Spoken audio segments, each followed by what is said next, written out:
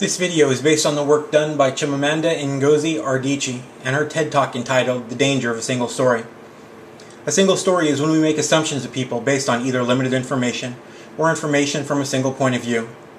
She speaks of her experience with Americans and their view of her as an African, and her view of her family servants based on the single story given to her by her mother. Single stories often breed stereotypes based on assumptions of people's race, ethnicity, nationality, gender, religion, sexual orientation, etc., etc.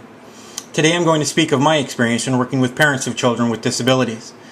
As the principal of a county special education school, I work for children with a range of disabilities, both physical, intellectual, and emotional. What I see all too often is that the parents need as much help as their children. Many parents come across very mad at the school because their child is not making the progress they want them to make. Some of my staff get very frustrated because they're doing the best that they can do, and they know that the parents' expectations of their students are totally unrealistic. To assist with this, I teach my staff that many of the parents we work with are going through a type of mourning. They are mourning the child they thought they would have, the child that they dreamed of.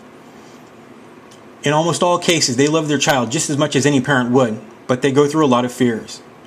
They fear that their child will never be able to play ball or make real friends. They fear that their child will never graduate high school and ultimately won't be able to have a happy and fulfilling life.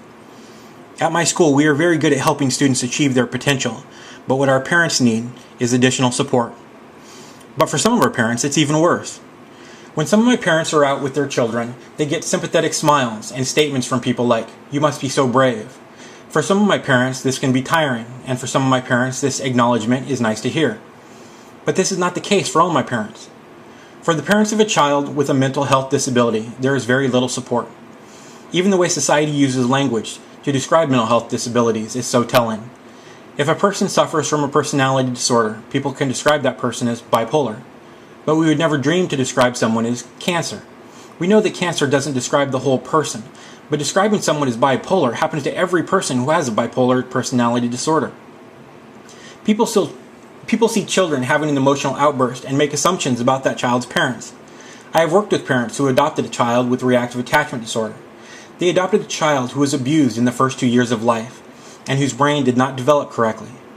Children who have been abused and who have problems making emotional attachments to people.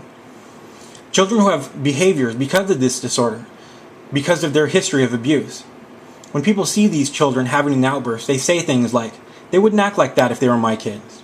Like somehow spanking children who have been abused will make them better. I currently have a 7-year-old student who has schizophrenia, a disorder exceedingly rare in children his age.